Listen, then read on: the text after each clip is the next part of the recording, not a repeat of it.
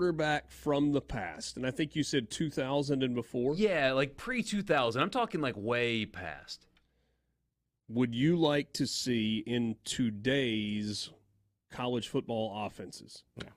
And we're not talking about the 3 or 4 pro-style offenses that exist out there. We're talking not about Michigan's offense. No. The spread, the field, quarterback, run zone, RPO game. Yeah. I immediately said Archie Manning. Mm-hmm. Who do you immediately say? Well, we're talking about Matt Jones is how this got started. Oh, yeah, that's right. So we got a great one here on the text line from the 662. Damian Craig. It's a really good call. That's a good choice. Would have been dominant. I like this choice. Randall Cunningham. I mean, unstoppable. Would have been like Michael Vick before Michael Vick. John Bond getting some love. He should. I've asked him that a few times. I'm like, you were born 25, 30 years too early. Doug Flutie. Yeah. I don't know if Flutie's he was a great scrambler, but could he have been a good runner? I don't know. Small. Couple of votes for Reggie Collier. Really good choice. Really good choice. What about Here's one for Jamarcus Russell. No. Come on. No. Benny. What about, but I'll give you another LSU Benny. quarterback. Oh, Benny. Charlie Ward. Charlie Ward's a great choice. Great choice. Yes, sir. Another LSU quarterback. What about Herb Tyler? I mean, just good runner, had a big arm. He could have been a little bit more than he was, I think. Herb Tyler was kind of small, wasn't he? I have to go back and look. Don Smith is a good choice. Yeah.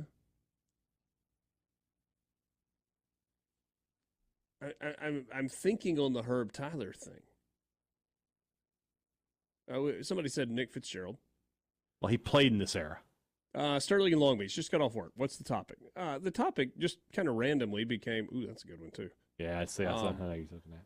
Is if you took a quarterback from the past and inserted that quarterback in today's spread the field, RPO, quarterback, zone read offenses, who would you like to see there?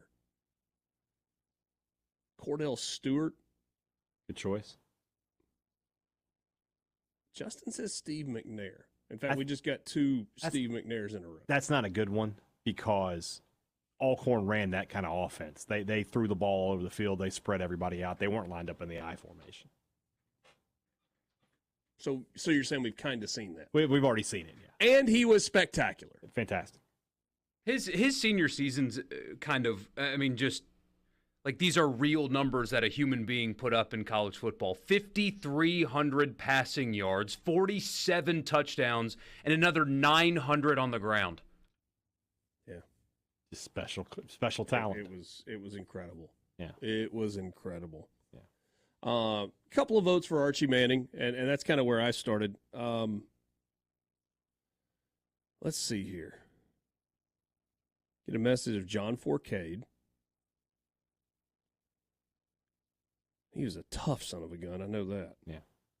That says Danny Werfel slinging it everywhere. He was doing that anyway. Congreve Holloway? Conridge Holloway. Oh. Yeah. At Tennessee, yeah. Yeah, sorry. That was the old auto text. Yeah. Mm-hmm. Ooh, DJ Shockley is a good choice. Ooh, well, it is. David McComb goes with John Elway. Elway would have been a beast in a Dan Mullen style, Urban Meyer style zone read offense. Unstoppable. With that arm, goodness. Yeah, but you know what? When we talk about modern offenses, I don't think of those two as that. I think that's more of a quarterback power offense. Yeah, but that is a modern. That spread zone read is something that's only really started happening in the last 20 years or so. But you cannot take all of these guys that we've been talking about. No, they're all and different. Insert them into the Urban Meyer, Dan Mullen offensive system. That's a Tim Tebow, Cam Newton. Matt Jones in that system would be great. Yeah. Because that Matt Jones in that system is Nick Fitzgerald, but a much better passer. DJ Shockley's a good one. Shockley is a good one. After the time frame, but still. Yeah. Steve Young. All right, so I've seen 3 names in here that I would like. Most of these are really good suggestions, and I'm not upset with you for the making the suggestions. I just disagree on a couple of these. Dan Marino couldn't run out of his own shadow, and so I don't think that's a good choice. Now, one of the greatest arm talents in the history of the game. Same for Jim Kelly in Buffalo. I don't for a second think about Jim Kelly as, man, that's a guy that would have been great in this offense. Hey, Dad, help me out if I'm misremembering. But, I mean, Jim Kelly was K-gun, get it out of his hand. He's already spreading the field, already throwing the ball all over the field. But not with the run game component. But no run game, yeah. Yeah, Thurman Thomas was the run game. And then we get a Warren Moon. And I don't think of Warren Moon. So, I mean, just rip the Band-Aid off here. Warren Moon's name gets brought up because he was a black quarterback. Yeah, but not a great runner. But let's take 2 black quarterbacks from that exact same era and realize that they are completely different players. Warren Moon, Randall Cunningham. Yeah. Randall Cunningham would have been amazing in this offense. Warren Moon, I would come closer to putting in the category in terms of the way that he moved with Dan Marino and Jim Kelly. Also, don't forget in the pros, Warren Moon, they ran the run and shoot. I mean, they were throwing the ball all over the place anyway. But not a runner, for sure. Now, Ray in Long Beach says the Cajun Cannon, Bobby Hebert. I mean, I love Bobby, don't get me wrong, but not much of a runner. I like the Roger Staubach one here. He could run. Yeah. He could run. Somebody suggests Jeff Garcia. That's actually an interesting thought. He had some mobility. He did. And again, you don't have to be Michael Vick as a runner. Right. To be effective in this offense. What about this one, though? Heath Shuler. A little ahead of his time, for sure. He could run. He could move. And what number did he wear at Tennessee? He was 20, wasn't he? 20. 20-something. Yeah. 20. Now you got me wanting to look it up. Yeah. Jeff Garcia played 5 years in Canada before the NFL? Yeah. He was 21 in college. Okay. That's Congressman. Here's an senator, actually. Was he a senator? Mm-hmm. Sean King from the 98 Tulane team. I think That's he a was really good senator one. from Virginia, wasn't he? He was a congressman from Virginia. Oh, I thought he was a senator. Beg your pardon.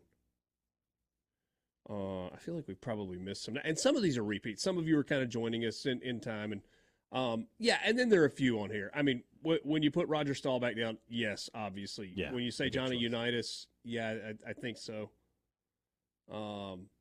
We've gotten a few Brett Favre's. Unitas couldn't run.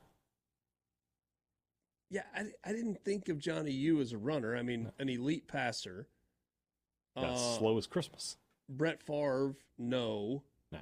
Did Tommy Frazier throw it well enough to be effective in an offense like this? That's a good question. I mean, he would have been a threat to run the football a lot, but not a great throw. He got Jake Locker. Locker was very. That's a really good one. That's a good deep cut there. He could run. That is a deep cut. Now, he could run. I think of Jake Locker, though, more of like what you were describing a second ago in an Urban Meyer, Dan Mullen style offense where the quarterback is running more power stuff than trying to get to the outside. Because good grief, he was a load. I'll give you a name. He had one great game, and it was against Mississippi State. Robert Lane. Ooh. You remember that 3-headed monster at South Carolina that year? Yeah. Where the combination of Robert Lane and Michael Spurlock and Ethan Flatt. Spurlock's another one. Who's now a cattle farmer? Jake Locker, now a cattle farmer. Ooh, Dante Culpepper. I have made up for the soccer segments. You're welcome. Yeah, two of those, 2 suggestions of Dante Culpepper within 30 seconds of each other. It's a great call.